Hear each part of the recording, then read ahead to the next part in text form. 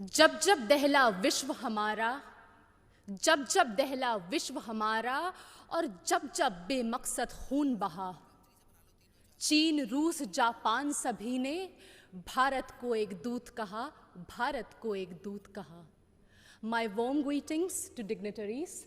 I am Mahira from Chhattisgarh, and I am here to speak on the topic of peace building and reconciliation, ushering in the era of no war. Taking pride in India's history is one of the parch prans given by the Prime Minister in the age of Amrit Kal. And looking back at history, it is a proof that India has always been a harbinger of peace. No war does not mean that we have no reason to fight war.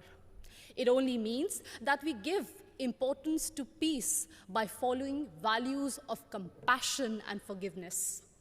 It was the value of compassion that even after winning the war in Kalinga, Samrat Ashok decided to never wage a war and spend his entire life to preach the message of peace to countries as far as Greece. It was the value of forgiveness that even after the British sent our soldiers to world wars and our farmers to famines, Mahatma Gandhi still chose ahimsa and satyagraha for independence. Taking inspiration from India, Nelson Mandela also chose to forgive the apartheid regime in South Africa. My dear audience, like this year's theme, India for the World, India not only preaches but also practices Vasudhaiva Kutumbakam. In India's G20 presidency, we advocate for a multilateral world in which no one country dominates another country.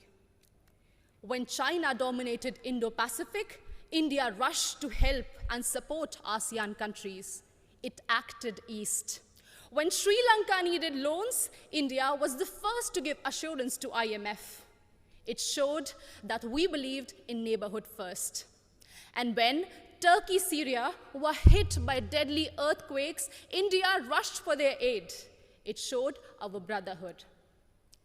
Remember, in 1945, after testing the first atomic bomb, Oppenheimer quoted from Bhagavad Gita, "Now I have become death, the destroyer of worlds."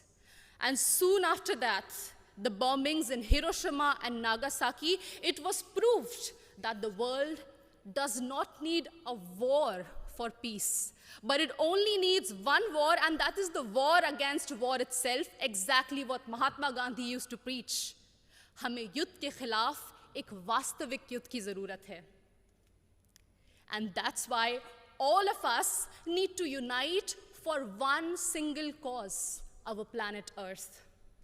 The conflicts in West Asia, Africa, and the constant quest for world dominance between USA and China are doing no good for sustainable and equitable development. And this is worse even in the post-COVID era, something which we cannot afford. And in this circumstance, the world looks at India to find peaceful negotiation and conciliation in the midst of Russian-Ukraine war. As the voice of Global South, we believe that few rich countries which have caused maximum war and pollution in the last century should pay for their mistakes by helping and not holding back technologies from poor countries. I understand that we might be divided by borders, but we believe that our culture, sports, and ideas could unite us. And in this condition, the world looks at International Solar Alliance for an equitable solution to green energy transition. Our jawar, bajra, and ragi are being celebrated as superfoods in the world today. And the world looks at Ayush for a healthy lifestyle. My dear audience, when one youth from Naxal-affected area of Abujmar in Chhattisgarh can strive and participate in international football, it inspires so many of us to strive for a home that is free of conflict and full of opportunities and growth.